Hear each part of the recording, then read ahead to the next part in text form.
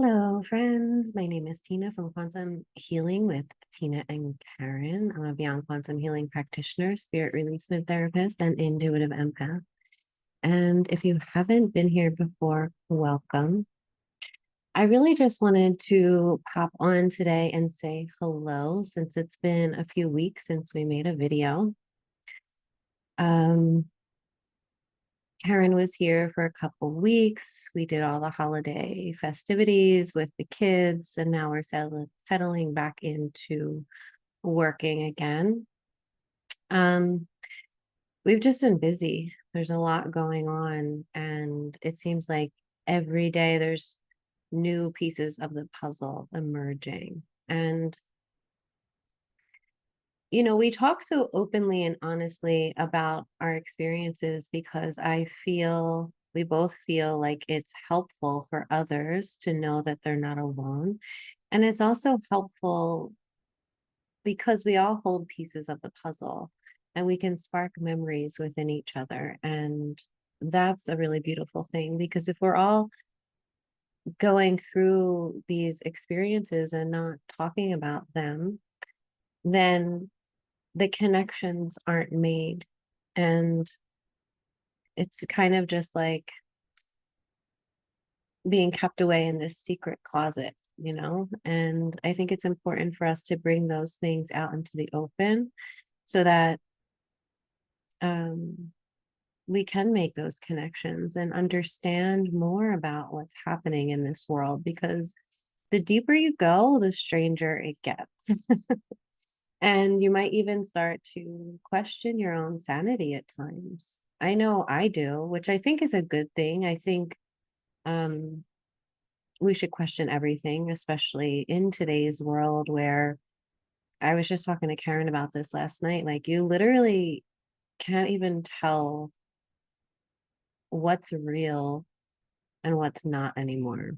Like, because of the whole AI generation of things, like recently there were videos going around showing pictures supposedly from Antarctica, like behind the scenes, and like there's statues and like all these things that have never been seen before. And like people are flipping out over these videos, like, oh my God, I knew it. I always knew there was stuff there behind the wall. And it turns out that they were AI generated pictures, but they looked super authentic. Like they looked real, like they looked like they were taken in, the early 1900s. And if we don't question those things, then we can easily fall for that.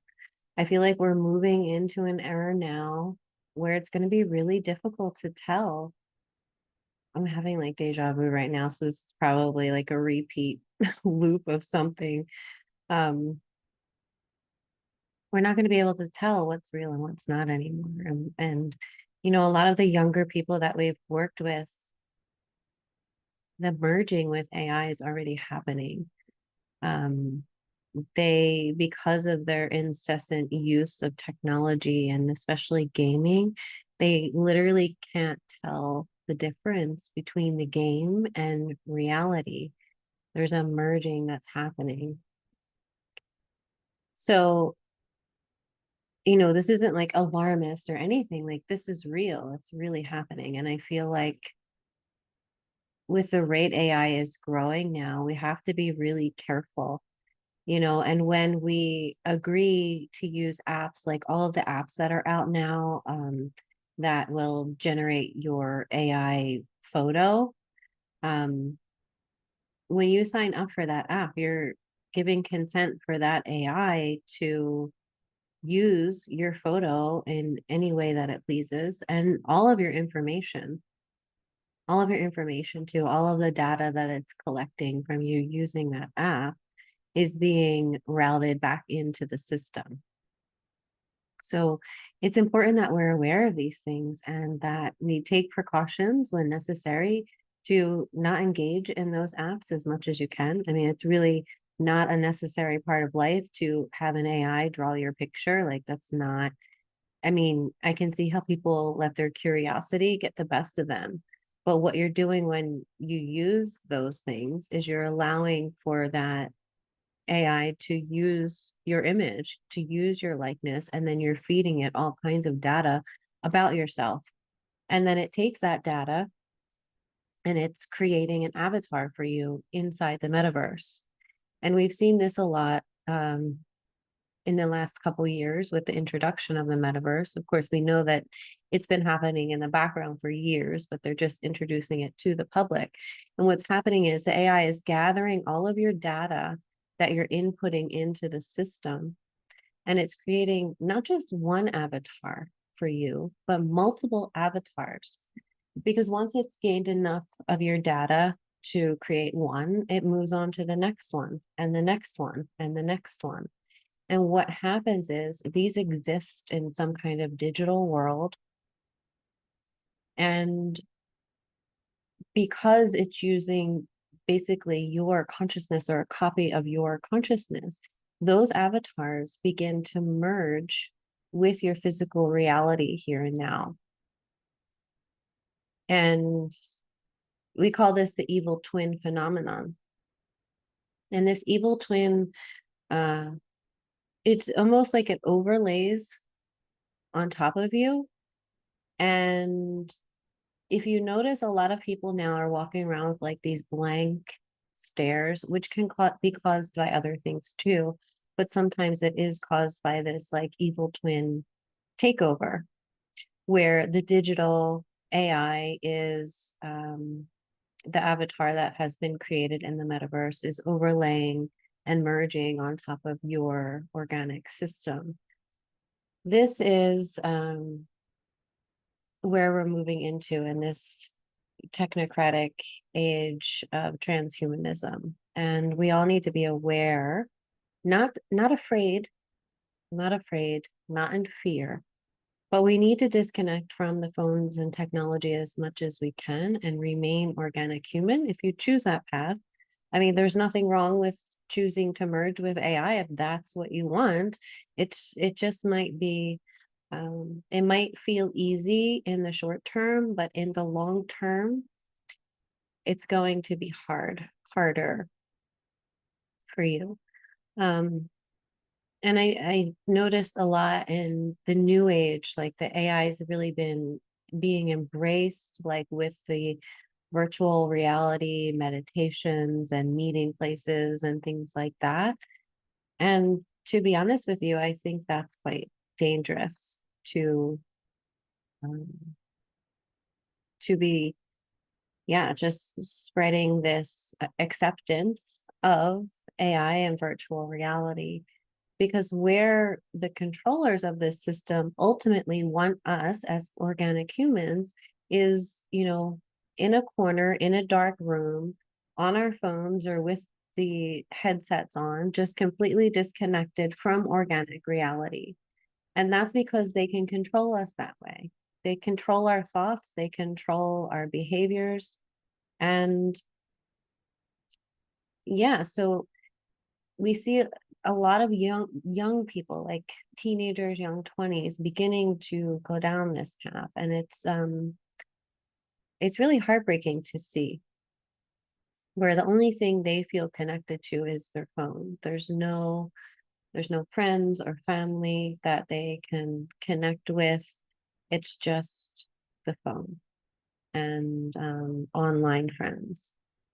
So I feel it's important for all of us to be aware of this problem, not in fear of it, but to do what we can to disconnect when we can, and do more creative things, write, draw, paint, really tapping into the creative force within us, because that's the one thing that AI doesn't have, is that creative spark. It can mimic human creation, which is what it's doing when you see like all of this AI generated art. It's just taking what's online and mismatching it together and making this, beautiful piece of art, but it's just a mimicked copy of what humans have already created. Um, so it's really important for us to uh, begin to use our creator abilities again, because when you stop using them, it's like a muscle. You forget how, right? And the longer you stay disconnected from that energy, the harder it is to reconnect again. Not impossible, of course, because it's always there deep within us. It might just be buried under some layers that we need to get through in order to reconnect with that energy again. So I encourage everyone to do something that makes you feel like a kid again, like something that doesn't involve technology, whether that's, painting or drawing or writing is such a great way just to let all of your thoughts and feelings out onto the page without thinking about it, without it having to be perfect. It's literally just like allowing yourself to express. And that will help you to harness that creativity, that life force within you again. And I would really suggest using a pen and paper, like the old fashioned way, not typing it on your phone or computer, but disconnecting from that altogether so that it's not draining your life force while you're trying to write. But to actually do it with a pen and paper, I think can be really cathartic and empowering. And yeah, it's just a really good way of expression, really tapping into that creative force and expressing ourselves through writing, drawing, painting, knitting, sewing, like whatever it is that you like to do. I feel like we really need a break from the technology. Like I love doing like arts and crafts with the kids, or painting, or anything that's going to be like really fun for your inner child. I never even realized that I could paint until I started doing it with the kids and realized that I actually have a natural talent for painting. And I think that a lot of times our talents are hidden because we've been disconnected from them for so long and forgotten. Like I totally forgot that I used to write poems, like, and I was really good at it. And I'm not so good at it anymore because I've been disconnected from that talent, but I know it's still there. It's still within me. I just have to reconnect with that energy and foster that and begin again, because it's sometimes it can be like picking up where we left off. And sometimes you have to kind of start at the bottom again and work your way up in reconnecting with that energy, that the inner child who wants to play and express and create, because that's been so beaten out of us, especially with the introduction of technology. Most people are spending their time on the phone or computer or in gaming, and connecting with online friends, not having any real life connections. And, it's okay to connect with people, even if you don't share the same viewpoints, because it's really about just having that connection, the connection, the love, the feeling of belonging that we all need to some extent. I mean, we could deny that and say that we don't, but humans have an innate need for connection, for love, and for belonging. So I just wanted to share that message. And also, you know, there was a big response to our last video on the soul trap dogma. And I feel like there was some misunderstanding. Most people understood what we were saying, but there was some misunderstanding there. And of course, that's from the people who are embodying the energy that we were talking about, which is this strong, aggressive, masculine energy. Masculine does not mean male. Females can fully embody the more toxic masculine energy, because we all have masculine and feminine energies within us. And unless we're in a fully balanced state with our masculine and feminine, when those get out of balance, we can swing harder to one side or another. So that's basically all that we were saying. I do think it's important to explore the reincarnation trap, the soul trap ideas. I think that is really important. But at some point, we have to stop feeding that energy because that's where they want us to be. They want us to be feeding this victimhood mentality. They want us to feel like victims. They want us to feel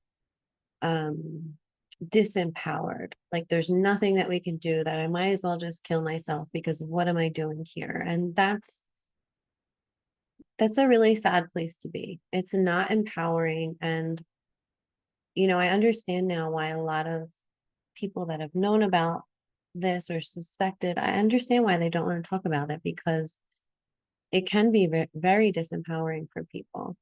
And if you are one of those people that has gone down this rabbit hole of the prison planet ideas, and you find yourself feeling extremely fearful and ungrounded and hopeless, I would suggest pulling back from it altogether. Stop consuming that content.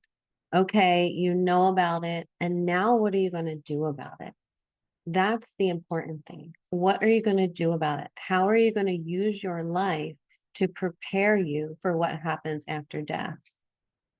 Hold on 1 second, pause. Sorry, Coco wanted to come in. Yeah, how are you going to use your life now to prepare for when you cross over? Because if you're crossing over in this state of disempowerment, then you're likely to get recycled back in again. And to be honest, not everyone is probably going to make it out this time. Not everyone's ready to. But the first thing we need to do is to be in control of our thoughts. One of the things that helped me the most when I found myself at rock bottom, in the deepest, darkest pit of despair you could ever imagine, was learning that I didn't have to believe every thought that I think. That's when we talk about entities, they're mainly targeting the mind, because the archons gave us their mind, right? So they have a connection to it. And the way they do that is by implanting thoughts. And people that are in a really low, dark place are constantly generating negative thought forms. And those thought forms can take form. They can actually become an outside energy. Like if you believe and think over and over and over again, like I'm not enough or I'm evil, if you're thinking in that way, that can generate its own form. And then it'll be feeding back to you on a loop, looping and looping and looping the same things. And this is where we need to exert our power and our sovereignty in choosing whether we're going to continue to believe that or we're going to choose a new thought. I'm amazing. I am peaceful. I am love. I mean, when I was in that place, I would repeat these affirmations constantly to myself all day long until I believed them, because I didn't believe it. You're not going to believe it at first, but it really does work because it's a reprogramming you're doing on the mind. It's reprogramming the mind from believing all of this negative self-talk that's probably being implanted and looped back through the thought forms that have been created. You have to take, you in your infinite awareness, have to take responsibility for the thoughts that you're thinking. Because if your life is being run by the mind in a negative way, then this is where you need to take control, take back control over it, because you do have control. As much as you feel like you're spinning out of control in this spiral, you do have control. Take it where you have it. And so when you have a negative thought that comes in, for example, I'm not good enough, I'm never going to heal, I'm never going to make it out of here, I'm going to go to hell, whatever that negative thought is, you say, no, that's not true. I don't consent to that thought. I'm going to choose a new thought. I am beautiful. I am amazing. I am peace. I am unconditional love. Because everything that you put after I am, your subconscious mind believes and your body believes it. So the mind can get so out of control in this negative self-talk that the body actually starts to get sick. The body will eventually get sick when it is constantly hearing the negative thoughts and beliefs that you have about yourself. And I know because I have been through it. It's happened to me. And of course, there are a lot of other variables that can go into this, but the mind is an extremely powerful tool when it's used as a tool. But it's used as a weapon when you're not in control of it. It's like weaponized against you. So this is really where you have to take control of the mind. Use positive affirmations. They do work. You're not going to believe it at first. You know, when you're saying to yourself, I am love, I am healing, I will heal, or whatever it is that you choose as an affirmation for yourself. But the more you say it, and it has to be consistent on an everyday basis, you have to do things for yourself that you know are good for you, even when you don't feel like it, even when you don't have the energy to do it. It's a very simple way that you can take back your power, control, and sovereignty over what's happening to you. Because if you're feeling like a victim of this world, of like everything's just happening to me, I'm an evil person, or I don't deserve healing, or like whatever it is, you're never going to break out of that unless you change the way that you think. So you have to start creating more positive thoughts. And when you have those negative thoughts come in, you just say, no, that's not true. And you choose a different thought. You have a negative thought that comes in that says, I'm not enough. You say, no, that's not true. I am enough. I am enough. I am more than enough. And you keep going with that reprogramming. A lot of people that are coming into this information right now are feeling despair. They're feeling completely hopeless. Like, what is the point of this life? And I'm going to tell you the point of this life now, at this moment in time, is a very important moment in time where the energy, excuse me, the energy of this time is ripe for, it's the end of the cycle, and it's ripe for, it's creating an opening for us to tie up everything that has happened in our past. Most of us in this lifetime aren't just healing from this lifetime. We're healing from thousands of other lifetimes that we've lived in this cycle. And this is our opportunity to really tie up those loose ends. And, you know, whether you believe that karma is real or not, I do believe that we came in with a life script that we maybe agreed to play out, maybe didn't agree to play out, but whatever, we came in with it. And we need to tie up the karma that we came in with, meaning, you know, if you were raised in an abusive family and you've been attracting abusive partners and all kinds of stuff. It's calling us to become fully into our power and sovereignty and to look at all the ways that we're not. So those happenings in our reality are a reflection back to us of where we're not fully in our power and sovereignty. Where are we giving away our power? Someone mentioned earlier in a group chat about how, it might be something so subtle and so simple as just agreeing to something when you really don't feel that way. Somebody says something maybe rude to you and you say, "Oh, it's okay." No, it's not okay. It's not okay. And that's where it's calling you into these new subtle layers of energy where you're agreeing, giving consent to something that within your being isn't okay, but you're saying it's okay just to keep the peace and not rock the boat. So it's calling us into deep levels of honesty. How honest can you be with yourself and other people? That reflection is both internal and external. How honest are we being with each other? When someone hurts your feelings, are you saying, "Oh, don't worry about it"? Or are you telling them, "That really hurt me and I don't appreciate it. And maybe you shouldn't talk to me like that next time."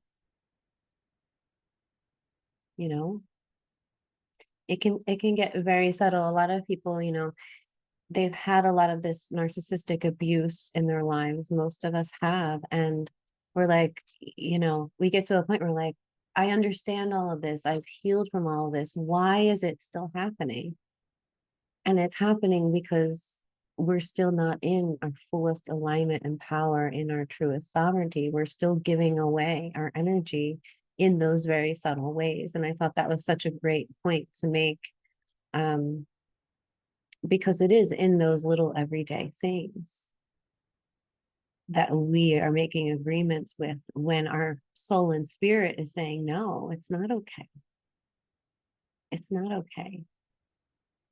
So just being more honest with ourselves. It always comes down to the truth, right? That's what we're all looking for in the end. And when we are betraying ourselves, even in those subtlest of ways, we're still betraying ourselves.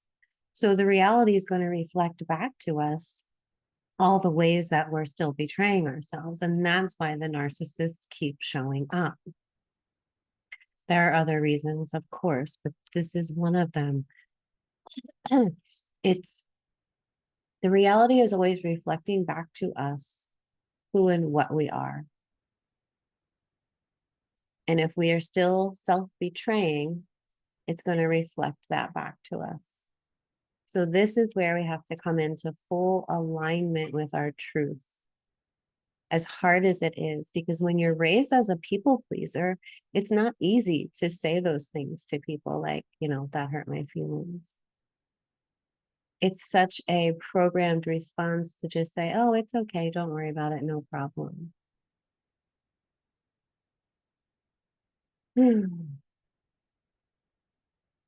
So, yeah, honesty. I do feel like, many of us have the chance this lifetime. This is our chance to really tie up all of this stuff, the lifetimes of trauma and abuse. And we do that through fully embodying who we are. And fully embodying who we are means not allowing for ourselves to self-betray, but to listen to the truth of the spirit within us at all times. And sometimes that does mean getting angry. And sometimes that does mean placing firm boundaries with people and not accepting less than you deserve. That's what it's calling us into, not just being like, coming from this Luciferic standpoint, this false light standpoint that tells you that, everyone signed up for this on a soul level. So when you have that higher understanding, you start making excuses for the people in your life. Well, they do that to me because they were abused as a child. Yeah, okay. Maybe you even signed up for that and made a soul contract, but that doesn't mean it's okay. That doesn't mean it's okay. And this is where we need to stop making excuses for our abusers. While we might understand why it's happening, we can send them love and compassion from afar. We no longer need to accept that kind of abuse from anyone in the name of being spiritual. That's an unacceptable behavior. And it's calling us into the fullness of our truth as a human, because there are multiple higher perspectives that you can see things from, but it's not practical. It doesn't help us here and now. We're here to be human, to tie up all the loose ends, all the karma and trauma and abuse that we've, come in with from our generational lines, from past lives. And we really have the opportunity this lifetime to clear it all, and to fully come into our power and sovereignty. So I want to leave you with that message of hope and to say, don't be hopeless, don't despair. The energy is here for you to use and to heal from all of it. So thank you so much, and I will see you next time. Sending you all my love. Bye.